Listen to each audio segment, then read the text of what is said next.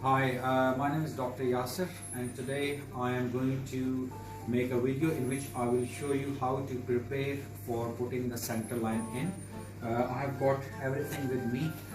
Once everything is ready, then I will show you what things are required to put the center line in and how to prepare yourself and how to prepare all the instruments or equipment for the center line. This is for preparation of the center line insertion. You should be gloved, gown, cap, and the face mask with some screen. And I will show you my trolley, how we should be setting. Obviously, it can vary from person to person or operator to whoever prefers. So I have prepared this lignocane.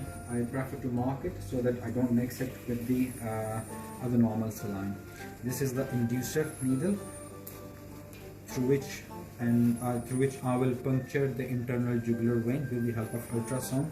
I always try to keep it just loose at the end so that when you have to untie it. And then this is your guide wire.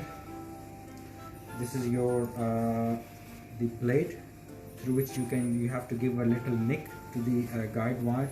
This is your dilator to dilate the skin, and then this is your center line with 4 lumens, and then you will insert this catheter through the guide wire.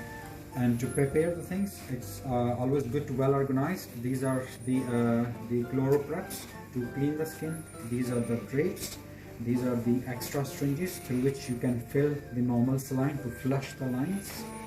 And then this one is the suture to fix the line. And then this is the dressing. This is the probe for the ultrasound scan, and this is the sterile lignocane. And this is how you prepare the trolley. And now I will be doing the center line insertion. So this is the ideal recommended preparation for center line insertion. Thank you.